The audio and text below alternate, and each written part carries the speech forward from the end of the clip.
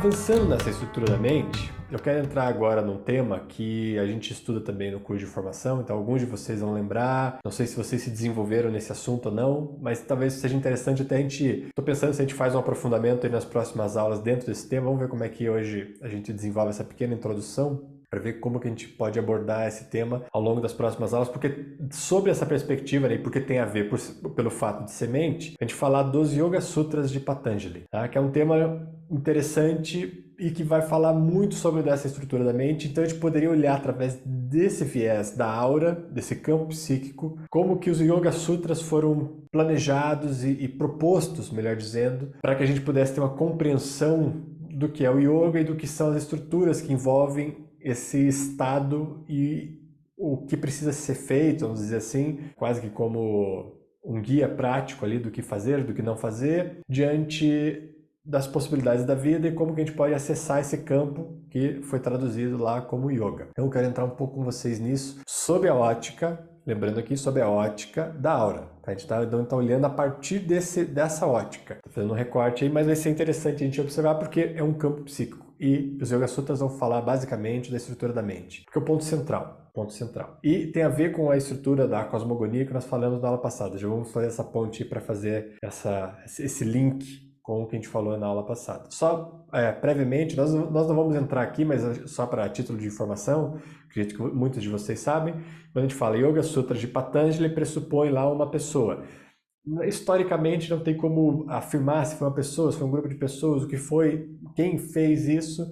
Mas nós, aqui no nosso contexto, não vamos entrar nessa discussão, vamos só assumir que é uma entidade chamada Patanjali, em que essa entidade propôs, em algum momento do tempo e espaço, algo muito precioso para a gente, que nos faz muito sentido dentro do que nós podemos desenvolver e aprender. Tá? Então, só para título de informação. Quando nós vamos pensar nos Yoga Sutras, o Patanjali divide os Yoga Sutras em alguns momentos. Ele divide em alguns livros principais, que tratam de assuntos específicos, e depois alguns dos últimos livros ele vai dividir lá no que a gente já conhece também, a gente não vai entrar hoje nisso, mas podemos entrar mais para frente, no que são o Ashtanga Yoga de Patanjali. São os ramos, as ramificações, as etapas ou os cenários ou os elementos de uma composição maior do que poderia ser a vivência do que ele vai depois lá chamar de Samadhi. Pode entrar lá, mas são livros diferentes dentro do que se entende que são os Yoga Sutras. Os Yoga Sutras, para quem ainda não sabe, é um texto clássico composto por muitos aforismas. E essa ideia de um aforismo, ele é uma ideia que funciona muito bem dentro da tradição do yoga, porque, como vocês sabem, a tradição do yoga é uma tradição oral. E pressupõe, então, um tipo de condição onde algo pode ser lido ou pode ser ouvido. No caso de uma tradição oral, algo que você pode ouvir. Então, a tradição oral fala menos do que é falado e mais do que é ouvido. Nesse sentido, quando você senta para meditar em cada aforismo daqueles, você pode ouvir algo. Então você pode se conectar com o sentido daquilo que foi dito e então ouvir. E ouvir a explicação também. Então são textos curtos e que, se envolvidos e que você cria um ambiente de envolvimento com cada um deles, você pode mergulhar num oceano de infinitude de sentido e significado e de percepções a partir da vida, olhando apenas um daqueles aforismos. Eles também servem como mantras, também podem ser entoados como mantras, porque também tem uma qualidade daquilo, a qualidade vibracional do que eles significam está na vibração deles também. Então você pode acessar essa mesma qualidade através da entoação de mantras. No Kundalini Yoga, a gente não usa esses mantras como mantras da tradição, então a gente usa basicamente, um resumo grosseiro, tem outros mantras de fora, mas resumidamente os mantras da tradição de Guru Nanak, sabendo que tem outros mantras de fora. Mas esses textos estão dando a sustentação de muitas tradições, muitas linhagens de yoga, inclusive do Kundalini Yoga. Então, o Kundalini Yoga também compreende os Yoga Sutras como uma parte integrante daquilo que é ensinado. Por isso que a gente estuda no curso de formação. E só para quem não conhece, aí tem uma visão mais ou menos, poder tatear um pouco isso que nós estamos falando aqui e que nós estamos convocando. Esses textos foram propostos, como eu falei, vamos assumir que foi uma entidade, uma pessoa, foi proposto por alguém, e no momento em que isso vai ser proposto, já parte-se do princípio de que já está se compreendendo o que é yoga. Então, ou vamos dizer assim, melhor dizendo, já parte do princípio que é uma abertura significativa para que você possa compreender o que é esse tal do yoga, tá? Já pressupõe isso, é quase como que um ensinamento iniciático. Ele não vai falar para quem ainda não tem essa abertura, ele só vai falar com quem já tem essa abertura. Por isso que ele começa lá os Yoga Sutras com uma combinação de palavras que é Hatha Yoga. Começa com essas duas palavrinhas lá para dizer assim, ok, estamos falando do yoga. Você está preparado para receber essas informações, esses ensinamentos. É quase que nessa ótica de uma tradição que funciona de professor-aluno. Então o professor agora vai falar com o aluno sobre o que é isso. Mas o aluno já está preparado para receber. Ele já criou uma trajetória para que ele pudesse receber esse tipo de ensinamento. Então é nesse sentido, nesse ponto de partida que os Yoga Sutras funciona. A partir de uma abertura de alguém que está já envolvido, querendo, né, ansiando um tanto do que pode ser isso que é o yoga. E ele vai explicar o que é o yoga. E já logo de cara ele explica o que é o yoga, ele diz, por bem, já dizer o que é o yoga. E é o sutra que talvez a gente mais conheça. Nós já falamos dele aqui diversas vezes, eu traduzi ele já diversas vezes aqui, mas vamos falar lá em sânscrito, que é Yoga Chitta Vritti Nirodha. Então esse é o sutra em sânscrito. Compreendendo aqui nós já temos já um indício, então ele vai dizer só basicamente que o que é o yoga? O yoga é a parada ou a suspensão dos processos de identificação com as ondas da mente. Então ele está basicamente dizendo isso. Na sequência ele vai dizer aquilo que eu sempre digo para vocês também, né? Repito sempre para vocês, e neste estado você repousa na sua própria origem, não mais se confunde com as flutuações da mente, logo na sequência. E fecha mais ou menos ali o que ele quer dizer quando ele diz, ok, nós estamos falando do yoga, e yoga é isso, é uma condição onde ocorre uma suspensão, uma parada dos processos de identificação com as ondas de flutuações da mente. Se a gente fosse dissecar um pouquinho ali, já entendendo, veja lá, então para Patanjali, a mente é crucial para o processo de yoga. Então nós estamos nesse ponto. Nós já estamos entendendo que a nossa aura é um campo psíquico e mental. Então nós já podemos começar a tatear aí da relevância do processo da aura para o processo do ser humano. O que é ser este ser humano num estado de condição chamado de yoga. Então entendemos já aqui, já podemos farejar que a aura tem uma relevância grande se nós estamos falando da relevância da mente, que é o processo de cessação da identificação com as ondas que ocorrem na mente. Dissecando ali, nós vamos entender o que é essa mente, e aqui que nós vamos também resgatar a conversa da aula passada. Ele fala Yoga, Chitta, Vritti, Nirodha. Se vocês lembrarem lá na aula passada, na aula retrasada, nós falamos de como Shiva e Shakti, dentro dessa estrutura infinita de Paramashiva, se move. Ao se mover, vai se restringindo, a força vai quebrando, vai restringindo, vai criando a possibilidade de ver, até o ponto onde ocorrem algumas vibrações, que nós chamamos lá de gunas. E ao entender os gunas, Rajas, Tamas e Sattva, esses campos de vibrações, quando nós olhamos mais ou menos para eles, de uma maneira integral, nós vemos um campo de vibração e que foi traduzido nessa história como Chitta, como mente, um tipo de mente universal. Mas aonde estão todas as ondas e todas as vibrações? Ou seja, onde também é possível todo o processo de identificação, do qual Patanjali diz que yoga é a cessão, né? O parar deste processo de identificação com essas ondas. Então, as ondas estão lá porque elas fazem parte da estrutura da matéria. Onda é matéria é onda. Matéria precisa das ondas para acontecer. Então, o mundo finito ocorre em ondas. Tá? O mundo finito ocorre em ondas. Elas estão acontecendo. As vibrações estão acontecendo. O que muda no estado de yoga é a capacidade de você se identificar com esses movimentos. E que aqui é relevante para a gente. Entendendo também que o nosso campo áurico são movimentos de onda eletromagnética. Nós já pudemos compreender isso também ao longo desse ano. Então, Chitta, que é o que Patanjali está apontando aqui. Yoga, Chitta, Vritti, Nirodha. Então, yoga, ele está falando o que é? Yoga, o que é? Yoga é o processo que acontece quando dentro desse Chitta para-se Nirodha. Nirodha é a condição de parada dos Vitris. E os Vrittis são os processos de identificação. A gente está traduzindo aqui dessa forma, existem muitas traduções, se vocês forem buscar as traduções, muitos professores vão traduzir de diversas formas. Por exemplo, algum deles vão traduzir Nirodha como controle, por exemplo. E que a gente, quando a gente aprende com a Cal e podendo investigar já também filosoficamente, logicamente, essa palavra controle já não é uma palavra que nos é interessante, no sentido de que, para que haja um controle, necessariamente precisaria de alguém que controla. E se precisa de alguém que controla, portanto, já haveria alguma identificação com alguém que controla. Porque nesse sentido do controle, pressupõe sempre alguém que controla. Como se de um pano de fundo do controle sempre tivesse alguém que controla. Quando nós falamos a parada, ou a cessão, ou a suspensão, é algo que acontece aquém de alguém, né? E algo que se abre para que dentro disso que se abriu, algo possa acontecer. Então, esse processo de identificação é tirado quando a gente não usa a palavra controle. Mas dá para entender por que algumas traduções usam controle. Porque, veja que interessante, quando ocorre esse processo de uma parada das identificações com as ondas da mente, no sentido de você dar sentido a si mesmo a partir de cada movimento da mente. Então pensa, todos os teus dramas, é como se você vai dando sentido a você mesmo a partir de todos os dramas, que é o que está acontecendo naturalmente na vida.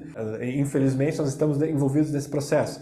Você fica com raiva, você se envolve, você se sente com raiva. Você fala, eu estou com raiva, né? Então você já assume que a raiva é uma parte de você. Ou está alegre, você assume que a alegria é uma parte de você. Então há um processo de identificação com a variação das ondas da mente. Esses são os vritis. Nirodha é a não identificação com isso. Só que quando você não se identifica com isso, o que ocorre é um comando claro da unidade, daquilo que é o infinito. É como se o infinito desse um comando de uma única ordem para que essa ordem acontecesse. Por isso que algumas pessoas vão traduzir isso como controle, porque é uma espécie de comando. Então, quando você dá um comando, é como se você tivesse com o controle daquilo do que você comanda. Só que não é alguém que comanda, é um comando que vem por conta própria do próprio infinito, sendo o infinito da manifestação. Então esse comando ele é livre de uma identificação, ele é um estímulo de ação direto na matéria. É isso que dentro também da tradição da Índia vai ser chamado de Ishvara, que muitas vezes é traduzido como Senhor. O que é? Esse comando, porque um Senhor é alguém que poderia comandar, né? Um mestre de si mesmo, senhor de si mesmo, alguém que tem a capacidade de comandar. Dentro do Kundalini Yoga nós usamos uma outra palavrinha chamada Sahib, né? Já usamos aqui em alguns outros momentos, que é esse grau de maestria capaz de comandar aquilo que está abaixo. Mas o que está abaixo? A manifestação. Então o infinito vem como um comando. Por isso que algumas pessoas traduzem Nirodha como controle, porque é uma espécie de comando, pressupõe que o comando controla algo e vai traduzir lá como controle. Mas na nossa linguagem, se a gente fosse usar aí, vamos pensar assim, uma psicologia da mente, né? Não faz tanto sentido, não é tão proveitoso a gente usar a palavra controle, é mais fácil a gente caminhar para algo mais longo, para explicar mais longamente, que é uma parada, uma suspensão dos processos de identificação. Fica um pouco mais claro para a gente entender o que está acontecendo nessa parada onde um comando pode acontecer, como Ishvara, e ainda assim, veja, quando se usa Ishvara também usa uma diferença com Paramishvara, que é aquilo que está além, e Ishvara sendo o que acontece na manifestação, assim como Purusha e Paramshiva, como nós já falamos também na aula retrasada sobre essas duas instâncias aí, que são idênticas, mas diferentes, porque uma ocorre no infinito e outra ocorre no finito, sendo o infinito no finito. É um paradoxo essa resolução desse conceito. Bom, entendemos então que Chitta é esse local, vamos pensar assim, vamos tentar visualizar dessa forma. Um local para onde você é lançado acima disso, porque em Chitta ocorrem os processos de identificação, porque ocorre na mente. Quando você vai além da mente, ou seja, além desses processos mentais, é onde você pode experimentar esse processo de suspensão dos processos de identificação. Então, Chitta, segundo a cosmogonia lá, é aquele campo de vibração composto basicamente pelos gunas e que se interagem entre eles mesmos para depois gerar aqueles 3 aspectos da mente que nós vimos na aula retrasada. Então, dentro desse grande campo aqui, ocorrem esses processos de identificação.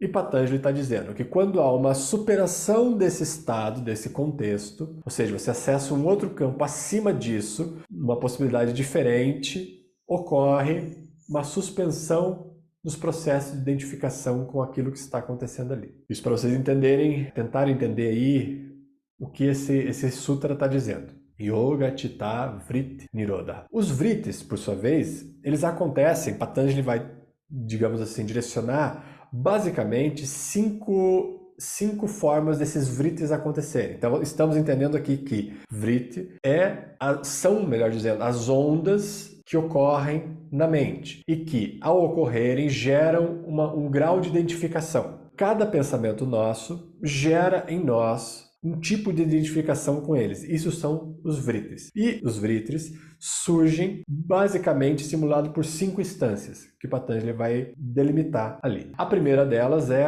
a instância racional, o próprio pensamento lógico e cognitivo, que, digamos assim, diante dos processos da vida, é um tanto interessante, porque você precisa ter um raciocínio crítico diante daquilo que está acontecendo. Do contrário, você pode ser sugado muito rápido sobre os acontecimentos. Então, uma avaliação crítica sobre os processos é interessante. O que acontece é que Patanjali aponta como um problema aqui nesse processo, que é quando você fica preso na lógica da razão, e se não há uma razão lógica, você não consegue avançar, porque pressupõe, né, de alguma forma, você cria uma suposição de que tudo na vida precisa ter uma resposta lógica. Então você fica dependente da identificação do processo lógico para dar sentido a algo. Então você mesmo só tem sentido à medida que você existe a partir de um raciocínio lógico. Se não for a partir de um raciocínio lógico, você deixa de existir, ou os seus problemas, ou o que quer que você esteja avaliando naquele contexto, porque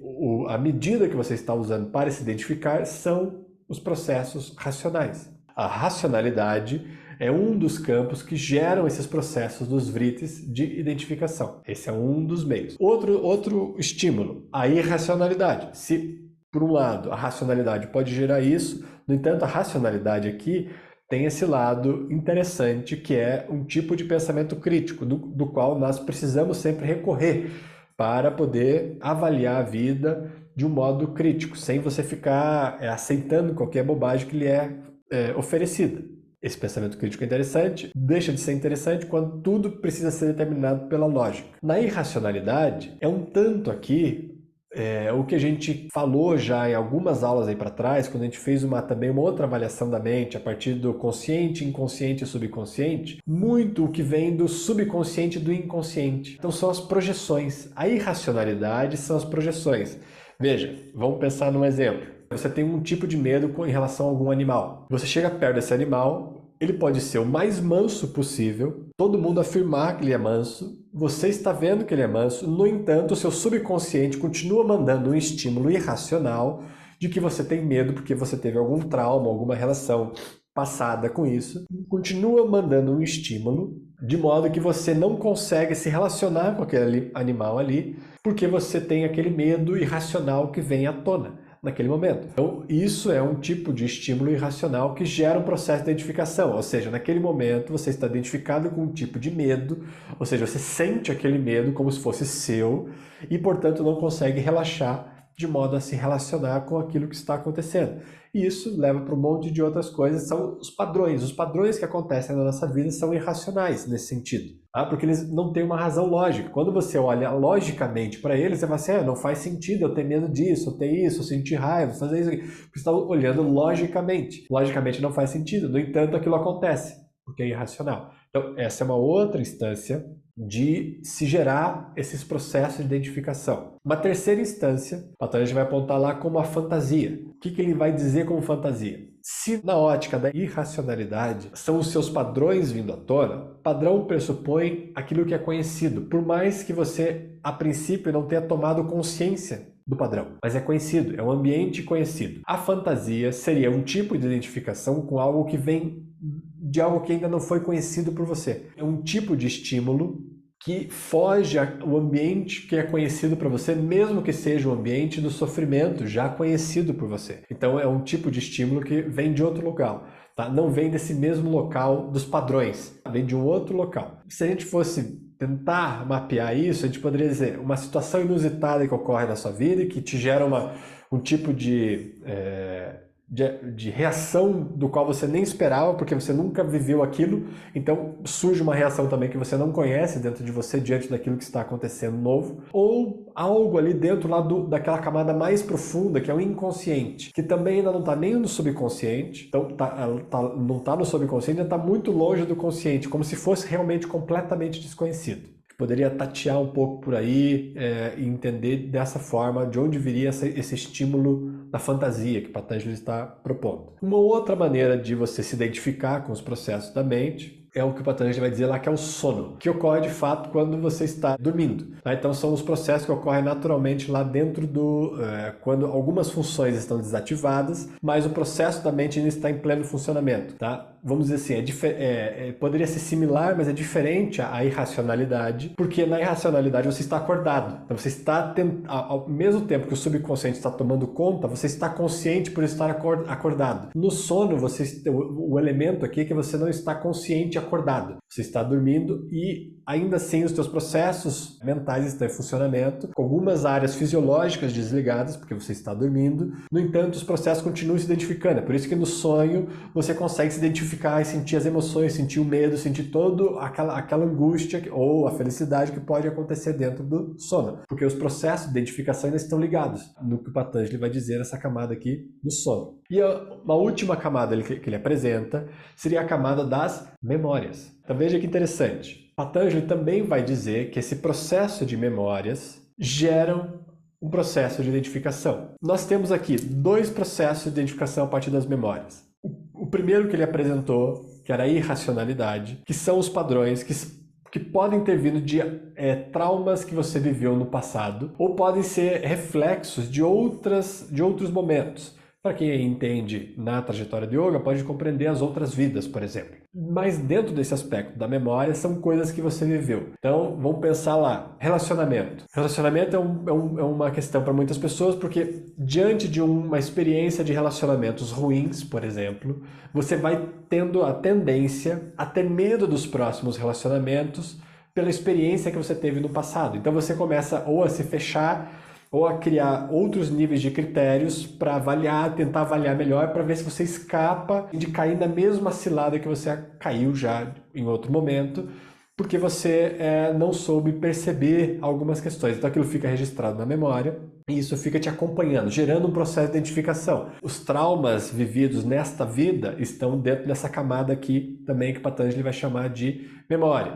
Porque é algo que você recorre a um passado, você se deu sentido a você mesmo a partir do que aconteceu no passado. É o que nós já avaliamos aí ao longo desse ano com o mantra Nirvero, que é uma ausência dessa identificação com o que aconteceu no passado. Porque se não há essa ausência, você se identifica. Então surge um vritti a partir dessa identificação e que gera aí os problemas, gera essa névoa na nossa visão, impedindo que a gente veja com clareza a vida. Então vamos lá entender assim. Então dentro dessa estrutura que a gente olhou aqui e agora pôde compreender o que estimula esses processos de identificação, nós podemos tentar achar isso dentro da mente, dentro da aura e entender que yoga, quando o Patanjali está falando, então vamos lá, vamos retomar aqui. Se a gente vai entender que a racionalidade, a irracionalidade, a fantasia, o sono e a memória são processos que estão dentro da mente, nós podemos compreender que de algum modo eles estão dentro dessa estrutura psíquica que nos envolve. Então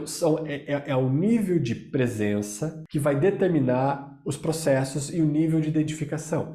Então se nós agirmos e pudermos limpar a aura, criar uma intervenção na aura, naturalmente nós diminuiríamos a condição de identificação. E é isso que nós já fomos olhando também, um tanto a partir do que a gente pôde olhar ao longo desse ano lá em relação ao sétimo chakra e a uma outra condição que hoje eu quero retomar aqui com vocês a partir disso. Nós falamos bastante, estudamos bastante, pudemos abrir bastante, que é o perdão. E aqui eu quero fazer uma ponte com vocês dentro dessa estrutura de identificação, através da aura, com o estado de perdão. Nós já pudemos olhar que o estado de perdão no seu nível máximo, é um nível de transbordamento daquilo que é essencial. Nós já pudemos perceber também que para que ocorra esse nível de transbordamento máximo, você precisa estar num alto grau de relaxamento. E que Patanjali vai apontar lá logo na sequência, depois desse segundo sutra, que neste estado você repousa na sua própria origem. Então, neste estado de ausência de identificação com os processos mentais, quando Nirodha já está acontecendo, a ausência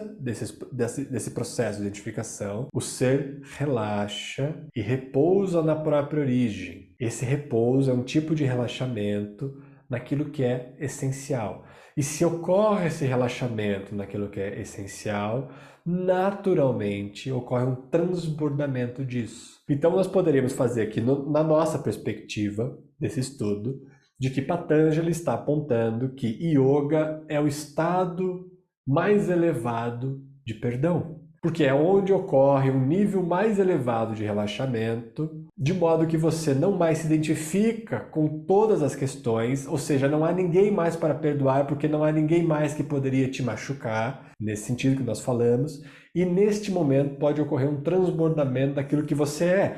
Quando ocorre um transbordamento daquilo que você é, o que está acontecendo? Yoga. Yoga está acontecendo neste exato momento, quando você relaxadamente transborda a sua essência. Isso é o que Patanjali está propondo como yoga. Então, na nossa visão, nós podemos entender que Patanjali está apontando o perdão como a possibilidade máxima do ser humano diante da realização, porque é só neste estado de relaxamento onde ocorre um transbordamento em nível máximo. Nós já fizemos aí uma conexão do 7 com o 7º chakra, já podemos entender a diferença, similaridades, mas aqui vamos aproveitar uma similaridade, aproveitando esse indício que Patanjali diz e que ele direciona ao Samadhi. Depois nós podemos olhar com calma todo esse processo, mas um transbordamento em nível máximo. Nós podemos olhar quando nós olhamos lá para o 7º chakra, que é uma explosão de 1000 pétalas, um transbordamento em nível máximo que se sobrepõe, que se multiplica sistematicamente, infinitamente. Qual é o nível máximo do transbordamento do ser humano?